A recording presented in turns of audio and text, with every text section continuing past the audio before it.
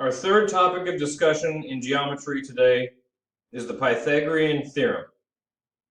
A squared plus b squared equals c squared. Now, just like the formulas for the area of a rectangle and a triangle, etc., this formula is really short and simple. It's very easy to use. So the problem that students tend to have with this is that they don't see the Pythagorean theorem even when it's right in front of their face. Okay, I know that sounds funny, but that's basically the main problem that students have with this. They just can't recognize it.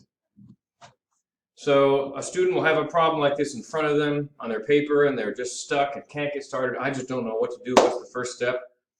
And as soon as I say, well, why don't you use the Pythagorean theorem, then bam, it's an easy problem. Okay? So it's that first step, it's that judgment call. It's understanding, this problem will require the Pythagorean theorem. That's the hard part. That's what they're testing you on. Okay? So I don't want you to experience what I call Pythagorean brain freeze. Please understand this concept right here. The Pythagorean theorem applies only to lengths of right triangles. It involves lengths, also known as distances. Anytime you're being asked to measure how far away are these two things, you must use the Pythagorean theorem, unless it's so simple that you can just subtract. Can you use the Pythagorean theorem involving angles? No, it has nothing to do with angles. Can you use it for any and every right triangle in the whole world? No, you can only use it for right triangles. So these are some of the limitations that we need to understand about how to use this theorem.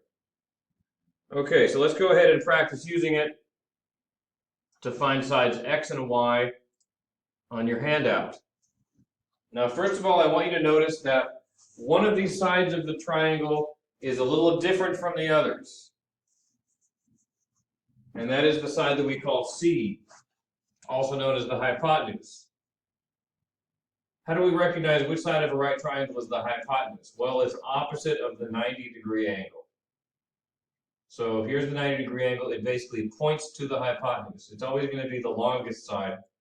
So for this triangle, x will be the hypotenuse, and therefore it belongs here in the formula. So if you want to, you can also label these other sides as A and B, but they're interchangeable.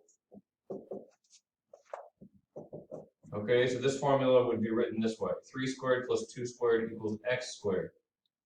9 plus 4 equals x squared. X squared equals 13. X equals the square root of 13. Which, by the way, is called an irrational number, which can't be written in any exact way, so we keep it as a symbol.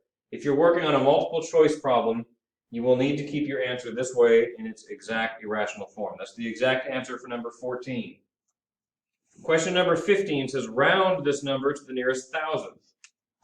So if you plug this into your calculator, you will find that it has a whole bunch of digits, 3.60555, ... an endless stream of digits. So to round this number to the nearest thousandth, we first have to identify that the first 5 is the thousandth digit. The next digit over is 5 or more, and therefore this rounds up from 605 to 606. It's closer to 606 than 605. I don't cover rounding in any great depth in this class. If you're feeling a little rusty at it, please go to the Khan Academy material and make sure that you practice enough to get really comfortable with rounding. Let's calculate y on the other triangle. So first of all, make sure you get the numbers in the right order. Which number is the hypotenuse this time?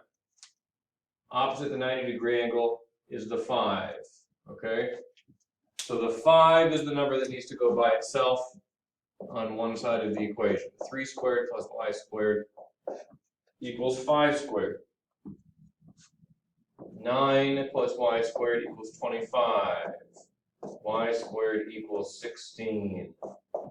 y equals the square root of 16, which in this case is a whole number. It's 4.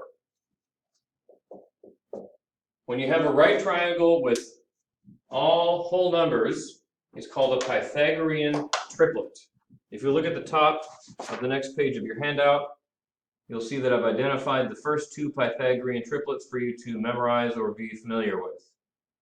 3, 4, 5, that's this one. So the next time you see this problem, it should only take you 1 second instead of 1 minute.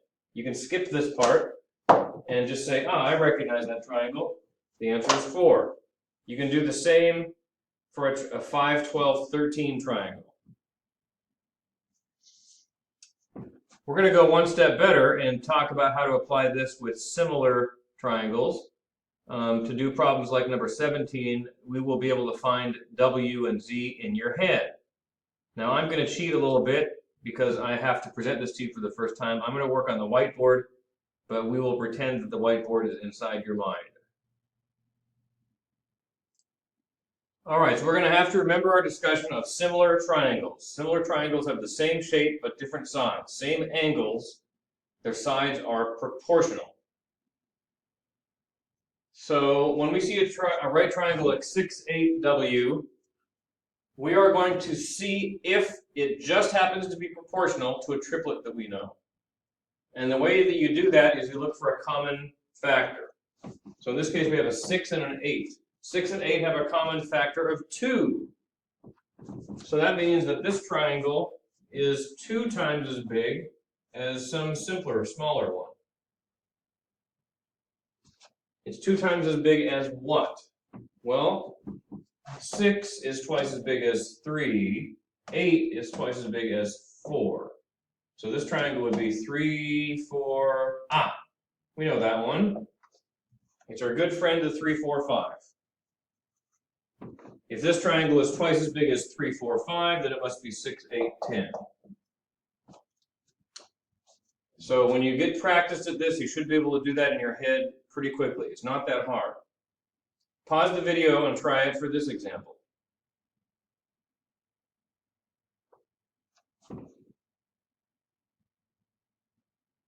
Okay, so I hope you looked at these 2 numbers and recognized that you can divide them both by 3.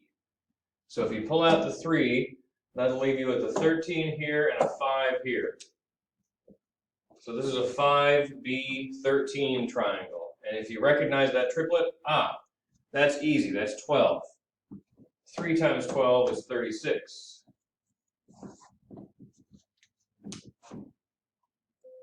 Okay, remember we said that the Pythagorean theorem is for measuring lengths, also known as distances.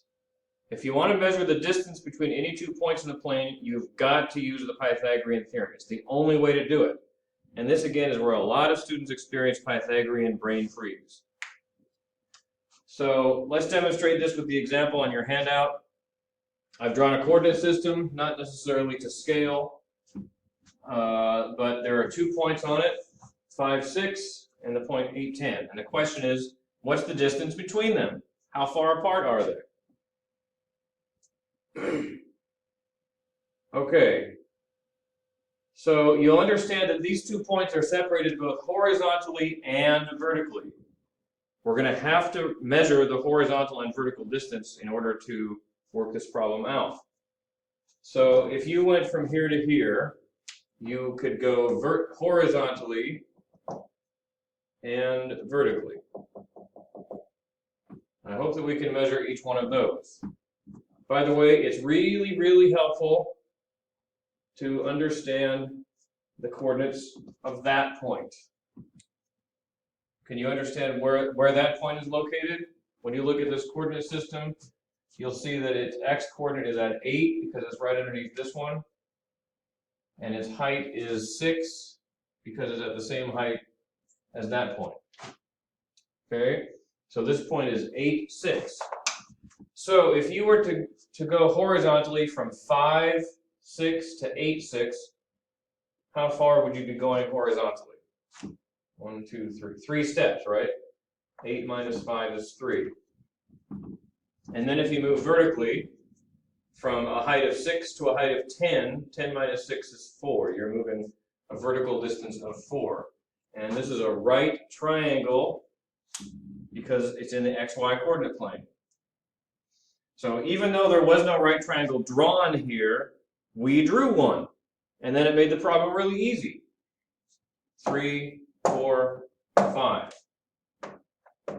In this case, it was a Pythagorean triplet. If these numbers were not a Pythagorean triplet, then we'd have to use the a squared plus b squared equals c squared formula, but it would still be easy. The point is that, again, to measure the distance between any 2 points in a plane that are separated both horizontally and vertically, we have to draw a right triangle,